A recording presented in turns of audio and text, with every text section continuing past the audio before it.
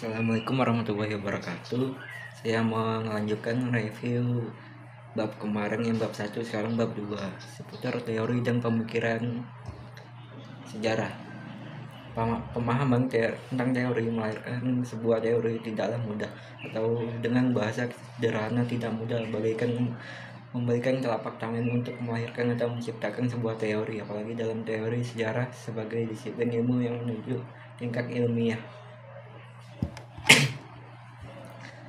Stuart Almaskarian menyebutkan bahwa sifat penguraian teoritas dalam ilmu pengetahuan sangat erat hubungannya dengan generalisasi sebuah teori menjelaskan fenomena atau peristiwa yang digambarkan. Teori-teori dalam sejarah. Teori gerak sejarah. Hakikat teori sejarah adalah suatu gerak yang tumbuh dan berkembang secara evolutif karena menggambarkan peristiwa sejarah masa lampau secara kronologis. Gerak sejarah yang disebabkan oleh Tuhan, dewa, atau oleh fatum dianut oleh ahli sejarah berdasarkan aliran kepercayaan atau agama. Misalnya, dalam agama Islam tidak terjadi sesuatu tanpa sebab dan tidak ada kekuasaan yang lebih menentukan kecuali Allah. Aliran filsafat Yunani adalah dasar daripada perkembangan alam pikiran Barat. Arti dari hukum siklus tersebut adalah bahwa setiap kejadian peristiwa tentu akan terulang. Untuk itulah kata Ali 1961, pelajarilah siklus A, B, dan C seperti matahari setiap pagi terbit, demikian pula setiap peristiwa akan terulang lagi. Teori sejarah persebaran kebudayaan. Manusia adalah makhluk sosial. Manusia tidak dapat hidup sendiri. Manusia selalu berusaha mencari teman karena manusia hidup bermasyarakat. Saya menjelaskan singkat karena ini panjang. Lanjut lagi bahwa sebelum kedatangan Hinduisme di Indonesia telah memiliki 10 unsur kebudayaan asli sebelum kedatangan orang India atau dikenal dengan Indo-European diantaranya. Ini antaranya pandangan dari teori sejarah. Ilmu sejarah menyelidiki arti, tujuan sejarah, gerak sejarah, isi, bentuk, makna, tafsiran sejarah, dan sebagainya. Pandangan sejarah menurut hukum fatum di Indonesia disebut cakra manggiling atau roda berputar. Kesimpulan dari penjelmaan hukum cakra manggiling ialah bahwa manusia tidak bebas menentukan nasibnya sendiri. Ini mukadimah yang mendefinisikan sejarah adalah catatan tentang masyarakat, umat manusia, atau peradaban dunia. Filsafat sejarah menurut Ibnu Khaldun yaitu mengkaji fenomena sosial secara lebih umum tanpa dibatasi oleh ruang dan waktu, mengkajinya dari segi tujuan yang ingin dicapai serta hukum mutlak yang mengendalikannya sepanjang sejarah.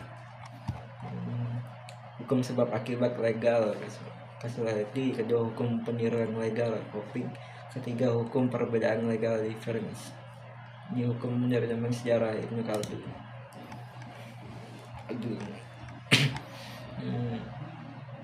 Menurut Vico, sejarah berputar dalam gerakan spiral, mendaki dan selalu memperbarui diri.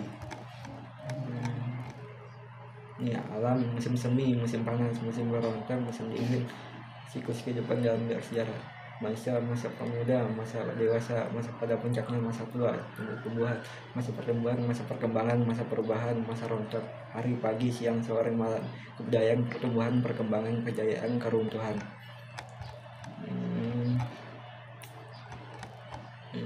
Dan lebih memperkenalkan sejarah dalam kaitan dengan challenge and response. Peradaban muncul sebagai jawaban atas beberapa satuan tantangan kesukaan ekstrim. Apabila keadaan sudah memuncak seperti itu, keruntuhan mulai nampak. Keruntuhan terjadi dalam 3 tahap, yaitu kemerosotan budaya, kehancuran budaya, dan lenyapnya kebudayaan. Di alam yang luas ini terdapat 3 tipe tertentu, yaitu ideasional, sengsata, ideasional, sengsata, ideasional, sengsata. Tambraka 2027 mencarikan teori sejarah yang dikemukakan bertaling teori di mana ia mengemukakan 6 teori gerak sejarah, yaitu teori rasial, teori geografis, teori peranan, teori ekonomi, teori keagamaan, teori alam. Dalam Al-Quran surat Ar-Ra'd 13 ayat 11, sesungguhnya Allah tidak akan mengubah kondisi objektif suatu bangsa hingga bangsa tersebut mau mengubah kondisi subjektif yang ada pada mereka sendiri. Dalam hal nasionalisme, Indonesia menyatakan ada 3 corak kepada filsafat sejarah. Di antaranya corak pertama yang menjadi objek tafsiran ialah sejarah Indonesia. Corak kedua menafsirkan kejadian sejarah adalah sesuai jalan pikiran orang lain. Uraian dengan lisan maupun tulisan sejarah Indonesia mensyarat pengarang. Salah satu bagian filsafat yang berusaha memberikan jawaban terhadap pertanyaan-pertanyaan mengenai makna dari suatu proses peristiwa sejarah. Sejarah adalah masalah fundamental bagi hidup manusia yang memberi harapan dan makna baginya. Kultur dan itu sebagai istilah kunci dalam mempelajari filsafat sejarah. Yaitu saya level bab 2 dari saya. Hanya sedikit yang saya tampilkan, saya bacakan. Kurang lebihnya mohon maaf. Assalamualaikum warahmatullahi wabarakatuh.